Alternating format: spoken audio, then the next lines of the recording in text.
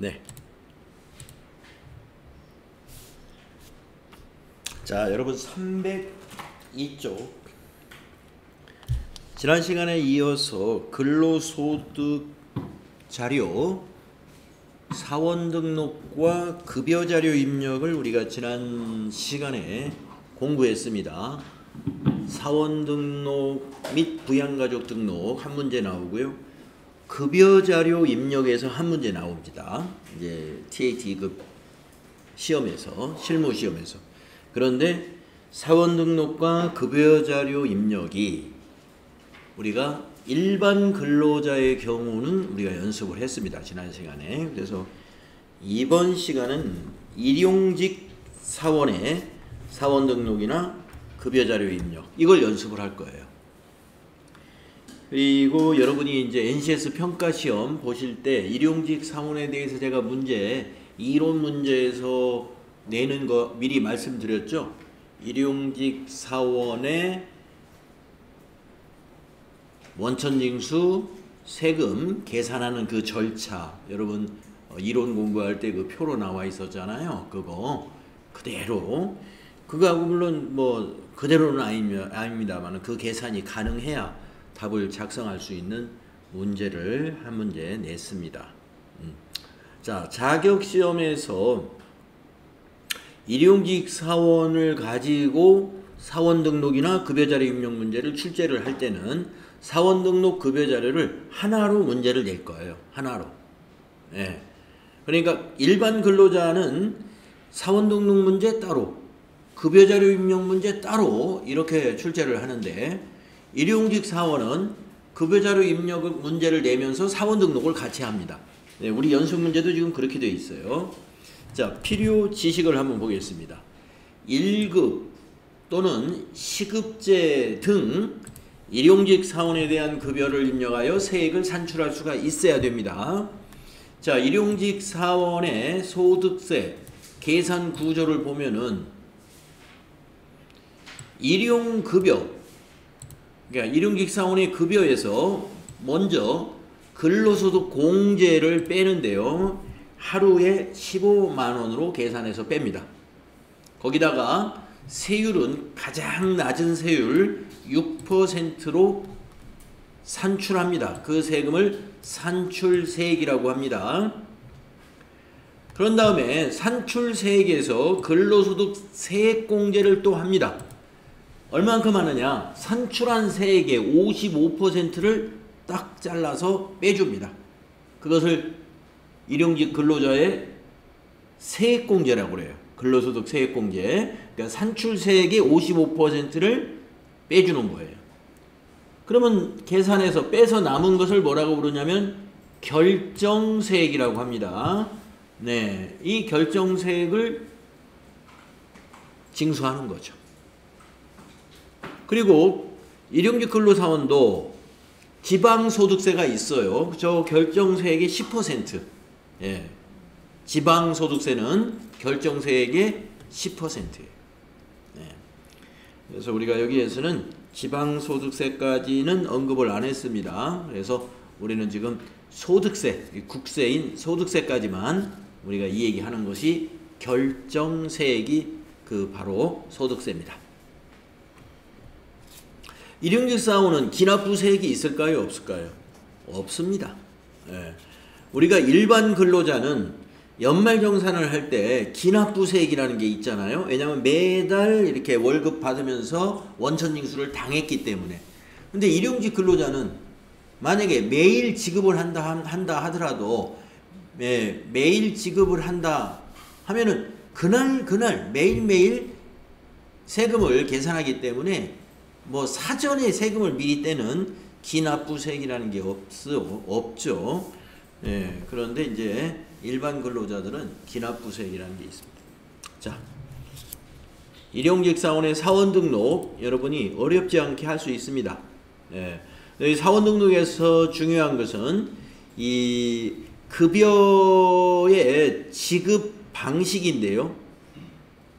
급여의 지급 방식이라는 게 뭐냐면은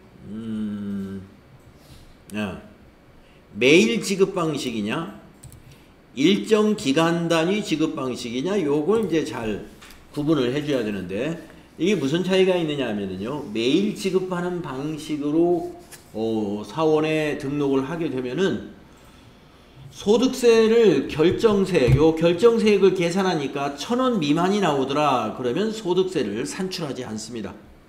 예. 만약에 950원이 나왔어요, 소득세. 그냥 징수를 안 해버려요. 산출하지 않는다. 이 말은 뭐예요? 소득세 없다. 하루 소득세가 1,000원 미만이면. 그래서 이걸 이제 매일 지급 방식에서는 소액 부징수 1,000원 미만은 징수하지 않는다. 이걸 소액 부징수라고 하는데 그것이 적용돼요. 하지만 일정 기간 단위로 우리가 사원 등록을 하게 되면은 소득세가 1,000원 미만일 경우라도 소득세를 산출한다. 이 말은 뭐냐면 원천징수 한다. 이 말이죠. 1,000원 미만도. 그리고 원천징수 이행상황 신고서는 일용직 근로자 것만 따로 하는 것은 아니고 해당 월에 일용직이든 일반 근로자이든 그리고 근로소득이 아닌 기타 소득이나 이자소득이든 뭐든 매월 다른 소득과 함께 원천징수 이행상황 신고서를 매월 다음 달 10일 날까지 관할 세무서에 신고서를 제출한다는 거 여러분 우리 일반 근로자 공부할 때 연습해봤죠? 자, 그러면 수행과제 한번 해봅시다. 일용직 사원 등록과 급여자료 입력 연습 문제 나왔습니다. 관리부 일용직 사원 신민경에게 부서가 나왔을 때는요, 이제 그 일용직 사원의 급여를 판매관리비로 처리해야 되니까 또 그 개정 과목도 지정을 잘 해줘야 돼요. 문제에서 부서가 나오지 않았을 때는 밑에 우리가 그 회계 처리해야 될 개정 과목을 신경 쓰지 않아도 되겠습니다만은 관리부 아니면 생산부 이렇게 부서를 특정을 했을 때는요, 그 부서에 맞는 개정 과목을 또 고쳐줘야 됩니다. 자, 관리부 일용직 사원의 신민경에게 1급 20만원으로 12월 근무 일수에 대하여 12월 15일 임금을 지급하고자 한다 이랬습니다. 그러면 일정 기간에 해당되죠. 일정 기간 지급 방식입니다. 12월 근무 일수에 대하여 15일날 일괄해서 지급한다는 것이니까. 일용직 급여자료 입력에 등록하여 소득세를 산출하고 원천징수 이행상황 신고서까지 작성을 수행하라 하는 문제입니다. 자, 그러면 사원 등록에 필요한 거 4번 주민번호, 입사날짜, 주소가 있는데 주소는 생략, 주소는 입력하지 않아도 되겠습니다. 자, 이걸 보고 사원 등록하러 가겠습니다. 그 다음 그 밑에는 근무일수, 이거는 이제 급여자료 입력을 하는데 12월 1일부터 15일까지 총 15일간 근무한 걸로 계산을 하면 되겠고요. 사원 등록할 때 밑에 보면은 이 급여에 대한 내용이 나와요. 1급제 20만원 이렇게 입력을 하겠습니다. 자, 그러면 어느 메뉴로 가시느냐, 인사급여 단추 누르셔가지고 일용직 사원 등록 급여자료 입력 메뉴가 각각 돼 있긴 합니다. 그렇지만 여기는 사원 등록으로 들어가도 그 옆에 탭이 급여자료 입력이에요. 또 급여자료 입력으로 메뉴를 들어가더라도 그 바로 옆에 탭에 사원 등록이 있습니다. 사실상 같은 메뉴예요. 자, 여러분 사원 등록 한번 클릭해 볼까요? 네.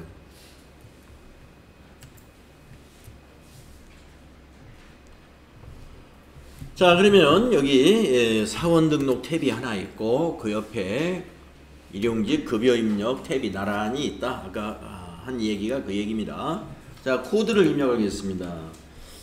코드는 7001이죠. 사원명 신민경, 엔터, 내국인, 주민번호 85000327, 뒷자리가 2 0000000이다. 아 009네요. 끝자리가 9.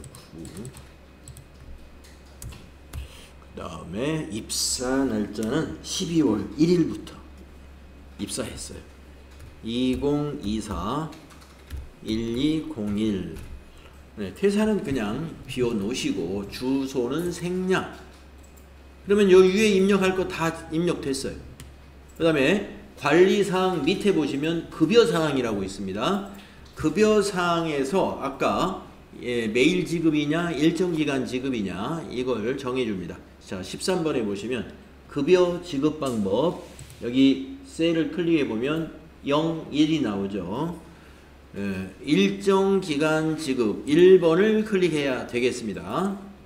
0번 아까 그거는 매일 지급. 그 다음에 14번 정상급여니까 정상급여는 1급 20만원으로 정했잖아요. 그러면 여기는 1급직 여기에다 20만원 입력해야 되겠습니다. 네, 그리고 엔터 하시고요. 나머지는 네, 그대로 15, 16, 17, 18, 19까지는 우리가 고칠 내용이 없습니다. 그러면 20번에 보시면 뭐가 있느냐 하면은 개정 과목 설정이라는 게 있어요. 그래서 개정 과목에 보시면은 우리가 그 일용직 근로자의 급여 개정 과목을 뭘로 하느냐? 일반적으로 잡급이라고 하는 개정 과목을 씁니다. 그런데 개정 과목이 500번 때는 생산부 직원들, 생산부 직원이 아닌 직원들의 일용직 근로자에게는 800번대로 회계 처리하는 게 맞아요. 그러면 여기 관리부니까 생산부가 아니죠. 네, 그러면 물음표 단추 눌러가지고 잡급을 입력해 보겠습니다. 잡급 하면은 거기 코드가 507번, 805번 이렇게 두 개가 검색이 되는 거예요. 그러면 805번으로 해야 되겠습니다. 805번 잡급 확인. 네, 그 다음에 이제 일용직 급여를 입력하러 갑니다. 자, 사원 등록은 됐고요. 그 옆에 일용직 급여 입력 탭을 클릭을 한 다음에 12월을 귀속 연호를 12월로 클릭하시고 지급도 12월에 했으니까 지급 연월일을 12월 해주시고 부서는 우리가 관리부라는 부서를 등록은 별도로 안 했어요. 그러니까 부서에서는 그냥 엔터 하십시오. 그러면 모든 부서의 일용직 근로자 12월에 입사한 사람들의 이름이 보입니다. 자, 신민경 클릭하시고 근무한 날짜에다가 동그라미 표시를 하면 되는데요. 이 X표라고 되어 있는 것을 클릭하면 동그라미가 되고 동그라미를 또 클릭하면 X가 되고 그렇게 되거든요. 그래서 12월 1일 근무를 클릭하면 동그라미로 바뀌고 지급액에 정상급여 20만원 이렇게 입력이 됩니다. 그 다음 날도 클릭하면 계속 동그라미로 바꿀 수가 있어요. 그래서 15일까지 클릭해 주십니다.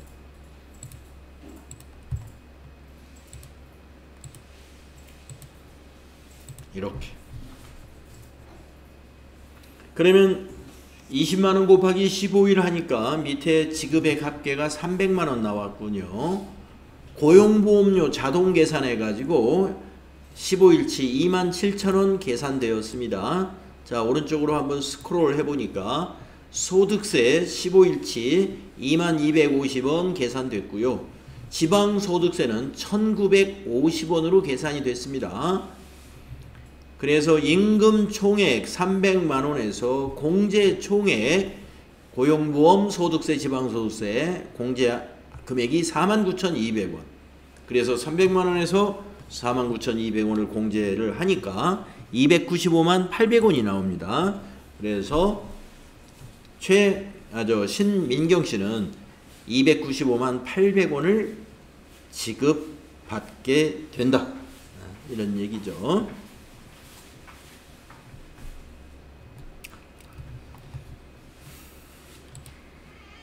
자, 그러면 계산된 거예요. 다음에 해야 될 것이 뭐냐? 원천징수 이행상황 신고서까지 작성해라 그랬죠? 자, 인사급여 누르셔가지고 여기 원천징수 이행상황 신고서는 요 밑에 있죠. 자, 클릭하시고 12월 걸 작성하는 거죠. 귀속기간 12월부터 12월, 지급기간 12월부터 12월. 정기신고에서 엔터 하시게 되면 우리가 지난 시간에 일반 근로자 3명 급여 계산했잖아요. 그거 여기에 나타나 있고, 그 다음에 방금 관리부 일용직사원 1명 급여자료 입력했죠. 그게 여기 일용근로 A03에 기록이 됐습니다. 그래서 일반 근로자의 세금과 일용직 근로자의 세금 합치면 소득세 76만 1,390원 이번 12월에 납부해야 할 세금이 되겠습니다. 자, 그러니까 여러분이 지금 일용직 근로자의 문제가 나온다면 지금 말씀드린 대로 사원 등록하면서 급여 계산까지 하고 그리고 원천징수 이행상황 신고서까지 작성하도록 이렇게 문제를 출제할 것입니다. 자, 풀이를 한번 보죠. 자, 303페이지 보시면 우리가 입력한 거와 똑같이 입사일자 13번의 지급 방법, 정상급여, 그리고 20번의 개정과목 설정. 잘 됐죠? 그리고 급여 자료를 이렇게 입력하고 원천징수 이행상황 신고서 작성하면 761390 소득세가 확인이 됩니다.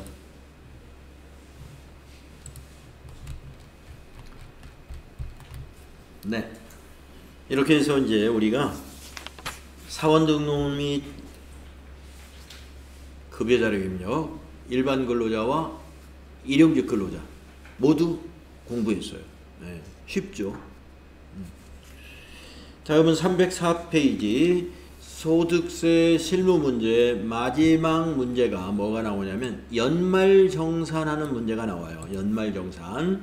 그러니까 연말정산이라는 것은 뭐냐면은 소득공제나 세액공제 받을 수 있는 증빙 자료를 보고 여러분이 공제 받을 수 있는 금액만큼 해당 난에다가 입력해 주는 거예요. 그 입력을 정확하게 할 줄 알면 됩니다. 자, 연말정산이 무엇인지 여러분 아시겠지만 다시 한번 읽어보고 가겠습니다. 자, 연말정산, 여기서는 근로자의 연말정산을 말하는 거예요. 자, 연말정산은 원천징수 의무자가 근로자의 해당 과세기간 근로소득금액 또는 중도에 퇴직하는 경우에는 퇴직한 달까지의 해당 과세기간 근로소득금액에 대해 그 근로자가 제출한 소득공제 신고서 등의 내용에 따라 부담해야 할 소득세를 확정하는 제도예요. 그래서 우리가 근로소득만 있는 자는 이 연말정산이 바로 자기 근로자의 소득세 확정신고 끝나는 거예요. 근로소득만 있는 자는 5월에 별도의 신고를 안 합니다. 이게 확정신고니까. 그런데 5월 달에도 신고하는 근로자는 근로소득만 있는 게 아니라 임대소득이 또 있다든가 이자소득이 2천만원 넘는 이자소득이 있다든가 연금소득이 있다든가 이렇다면은 5월에 확정신고 다시 한번 또 해야 돼요. 근로소득 외에 다른 소득이 있기 때문에. 다른 종합소득이 있으면. 자, 근데 연말정산은 일용직 근로자는 합니까? 안 합니까? 안 합니다.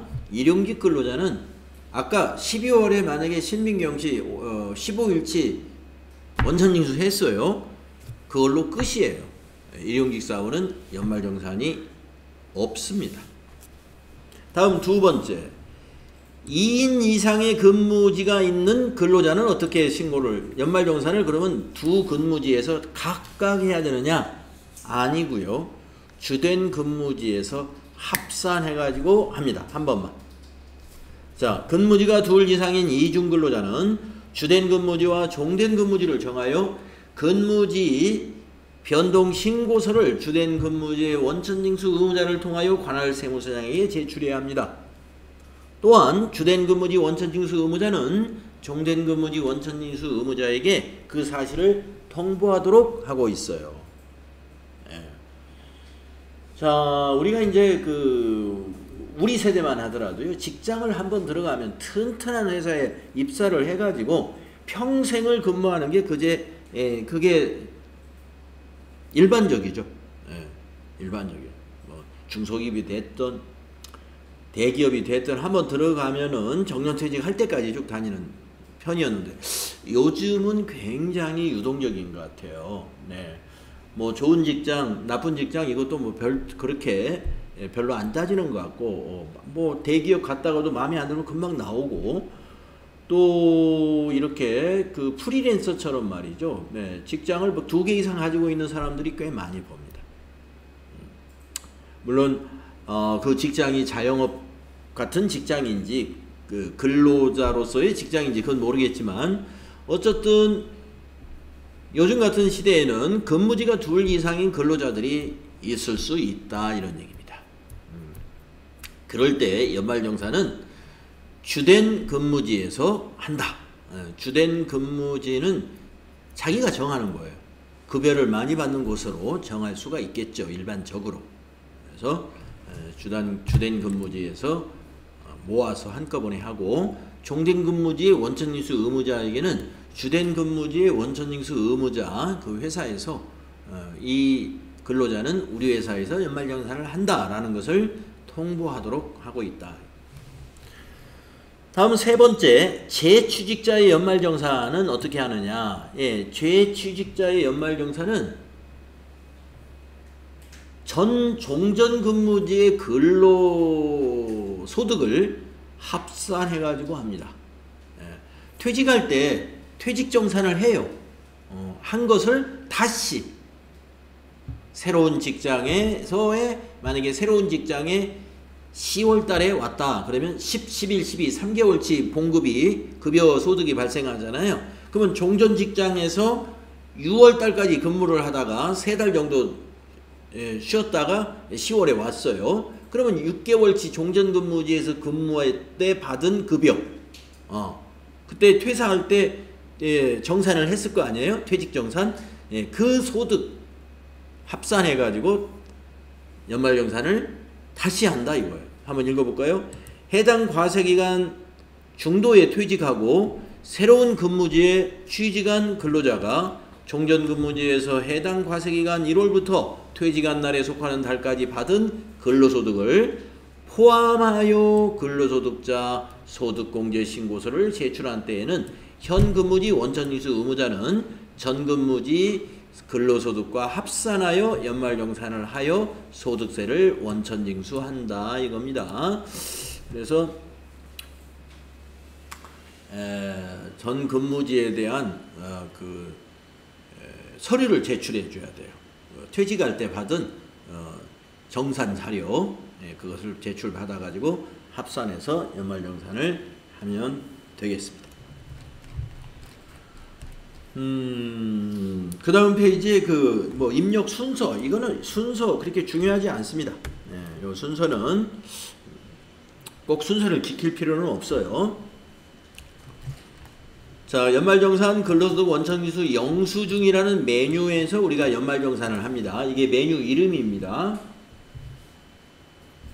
근로소득자로부터 제출받은 근로소득 공제신청서. 자, 근로소득 공제신청서 안에는 소득공제 받을 내용과 세액공제 받을 내용이 다 들어있고요. 이 근로자가 근로소득 공제신청서는 국세청에서 연말정산 간소화 서비스 등의 이름으로 제공을 해줍니다. 하지만 국세청에 집계되지 아니하는 세액공제나 소득공제 사항이 있을 수 있어요. 그거는 별도로 근로자 본인이 챙겨서 근로소득 공제 신청서와 함께 증빙 서류를 제출해야 된다. 자, 그래서 이 연말정산 담당자는 이러한 서류를 근거로 해서 연말정산에 필요한 자료를 가지고 입력 메뉴에다 입력을 합니다. 그 메뉴가 바로 이 메뉴예요. 연말정산 근로소득 원천징수 영수증. 계속근무자의 연말정산의 경우 연말, 중도퇴사자의 연말정산은 중도, 전체 사원의 연말정산을 조회할 때는 총괄 탭에서 조회한다. 그러니까 요 메뉴에 들어가면요, 이렇게 연말, 중도, 총괄 이런 탭이 있습니다. 시험에서는 우리가 연말정산 문제를 풀 때는 연말에서만 하면 돼요. 연말에서. 그래서 정산 연월, 정산은 언제 할까요? 매년 그 다음에 2월에 하게 됩니다. 그 다음에 2월로 하게 되고요. 귀속기간은 1월부터 12월이 되겠죠. 입사 날짜부터 퇴사 날까지로, 중도에 입사했으면 중도에 입사한 날부터 퇴사한 날까지가 귀속기간이 될 거고요. 자, 이 뭐 항목은 이제 들어가서 여러분이 뭐 불러오기 하는 경우도 있을 테니까요. 자연스럽게 아시게 됩니다.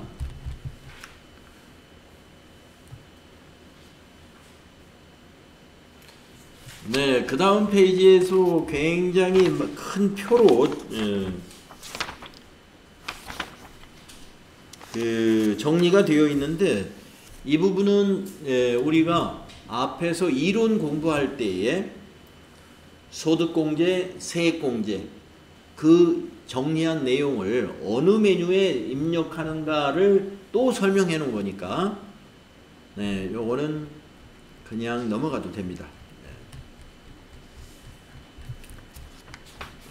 어디까지 넘어가시느냐? 310페이지로 가겠습니다.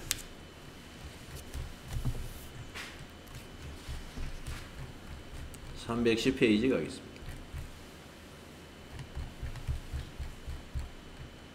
자, 310페이지에 보시면 부양가족의 소득공제 여부를 판단하는 참고사항이다 라고 나와 있어요. 부양가족 인적공제를 말하는 거죠. 인적공제.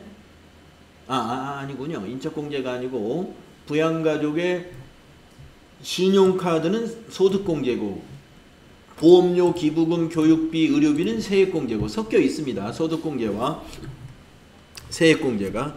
자, 그러면은 이 표가 의미가 상당히 있는 표입니다. 자, 우리가 부양가족에 대해서 여러가지 그 소득공제나 또는 세액공제를 받는 부분이 있는데, 보험료, 기부금, 교육비, 의료비,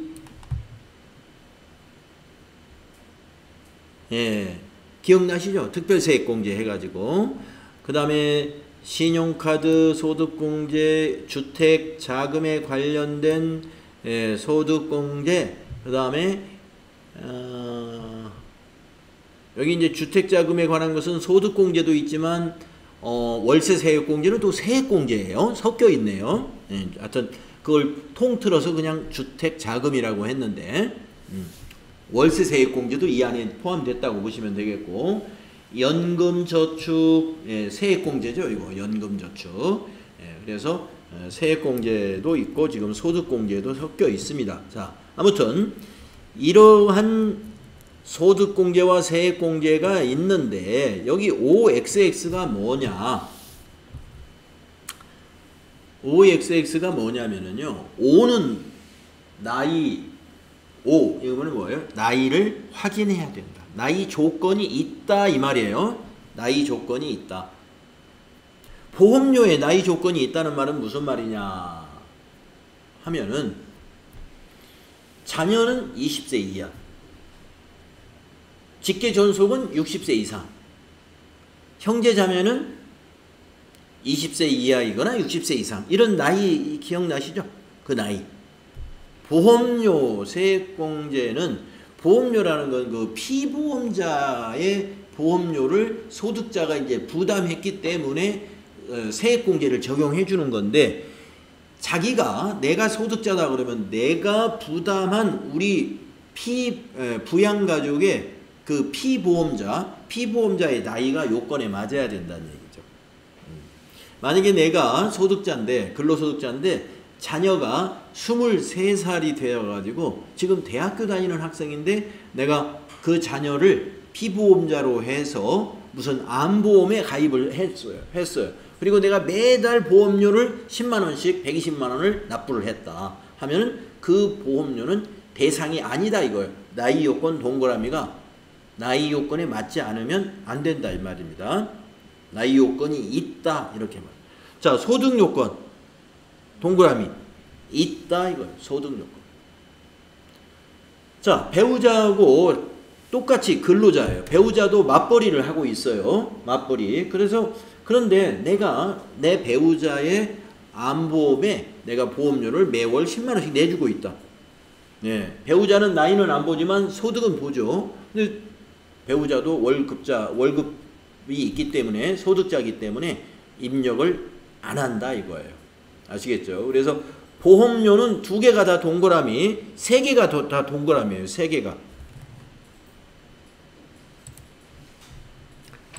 네, 보험료는 3개가 다 동그라미입니다. 제가 여러분들 NCS 평가시험에 이거 냈어요. 이 표 동그라미냐 X냐 하는 거. 보험료 기억하기 좋아요. 나이 동그라미, 소득 동그라미, 기간 동그라미. 기간이 뭐예요? 보험료 작년에 낸 건 올해는 작년에 낸 거 내가 깜빡하고 적용을 못 받았다. 그러면 올해 적용받으면 되느냐? 안 된다 이겁니다. 근로기간에 지출한 비용만 공제한다. 여기서 근로기간이라는 건 과세기간하고 좀 달라요. 근로기간. 회사에 입사한 날로부터 지금 현재 계속 근무 중이면 입사한 날로부터 지금까지 납부한 거 그것만 해당된다. 자, 그러면은 대부분이 다 근로기간에 지출한 것만 적용합니다. 대부분이. 딱 예외를 둔 게 2가지예요. 기부금하고 연금은 근로기간에 지출하지 않은 것도 반영을 해줍니다. 그 과세기간에 지출한 거면 다 해줘요. 나머지는 다 근로기간에만 한 거예요. 자, 기부금 볼까요? 나이는 안 봐요. 안 본다는 게 X입니다. 그러나 소득은 봅니다.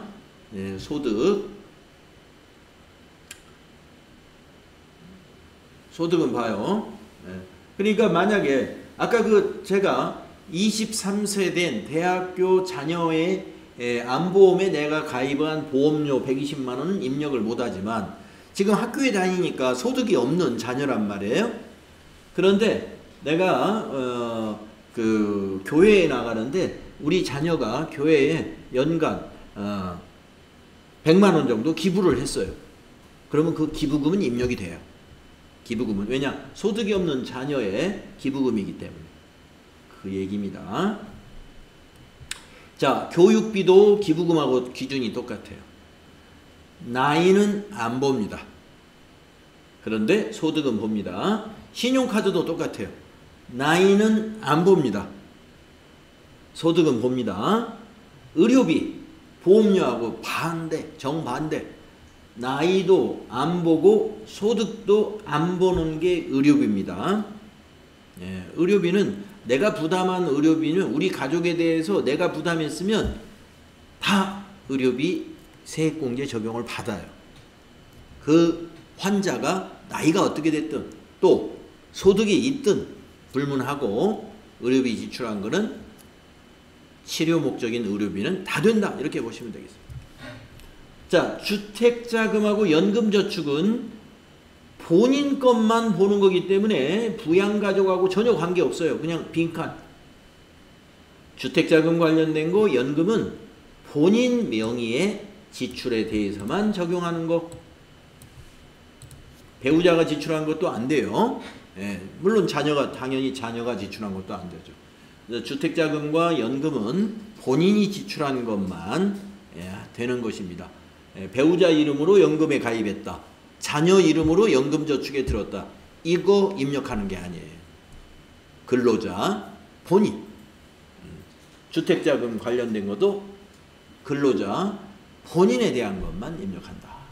네, 이 표 우리가 이제 실무 수행하는데 이 표가 잘 정리된 것이에요.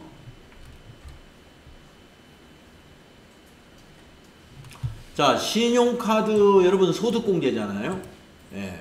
그리고 세액공제를 받는 경우는 어떻게 하느냐, 중복 적용이 되느냐, 요거 한번 따져보겠습니다. 그게 무슨 말이냐면은 아까 의료비 얘기가 나왔으니까, 자, 의료비 지출한 거에 대해서 의료비 세액공제를 해주는 거란 말이에요. 그러면 내가 의료비를 신용카드로 결제를 했다면 신용카드 소득공제도 해주냐, 이걸 지금 여기서 정리하는 거예요. 의료비는 중복 적용이 된다. 네, 여기 나오죠. 의료비, 자, 신용카드로 의료비를 결제했다 이 말이에요 지금. 네. 의료비 세액공제 됩니다. 그리고 신용카드 사용금액 소득공제 됩니다. 그래서 의료비 중복 적용된다 이렇게 말하고. 그러면 학원비를 한번 볼까요? 학원비. 자, 학원비 신용카드로 결제하면 사용금액으로 소득공제 적용해 줍니다. 그런데 세액공제는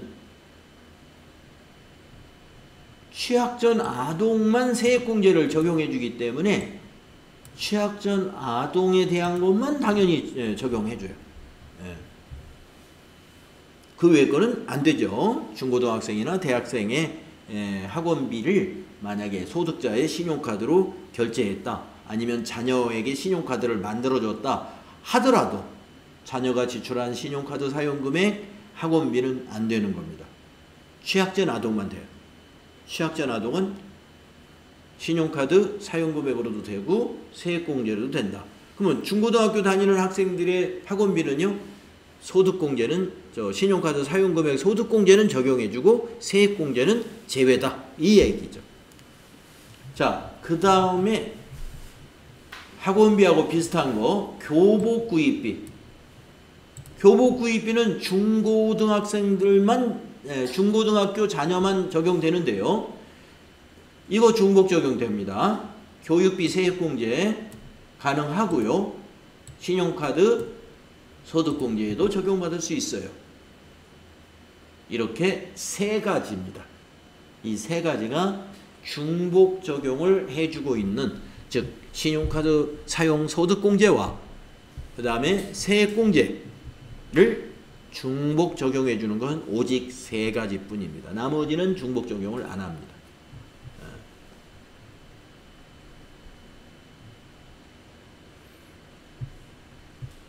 기부금을 카드로 기부했다라고 하면 기부금 세액공제가 우선이고, 기부금은 카드로, 신용카드로 기부했을 때는 소득공제는 적용하지 않아요.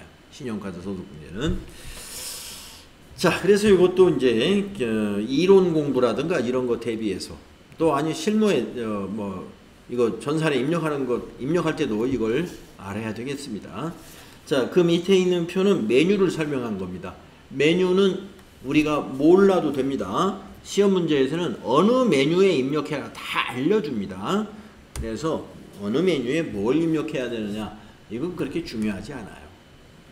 가서 메뉴를 보면 거의 다 알 수 있습니다. 그리고 실제 시험에서는 어디에 입력해라, 입력하는 그 탭을 다 알려주기 때문에 마지막 있는 표는 그렇게 중요하다고 볼 수 없습니다. 자, 그러면은 좀 쉬었다가요, 다음 시간에 우리가 연말정산 4사람 거를 한번 같이 해보도록 하겠습니다.